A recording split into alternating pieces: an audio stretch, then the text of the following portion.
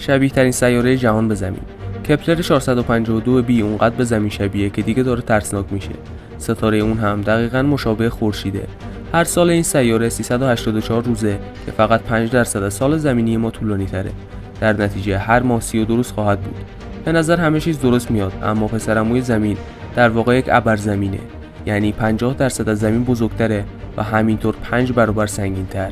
شما کدوم رو ترجیح میدید؟ زمین یا پسرعموش؟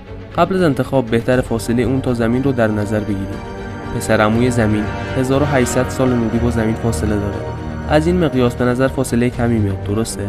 اما کاوشگر ویوژر با سرعت 17 کیلومتر بر ثانیه بعد از 31.7 میلیون سال بهش میرسه.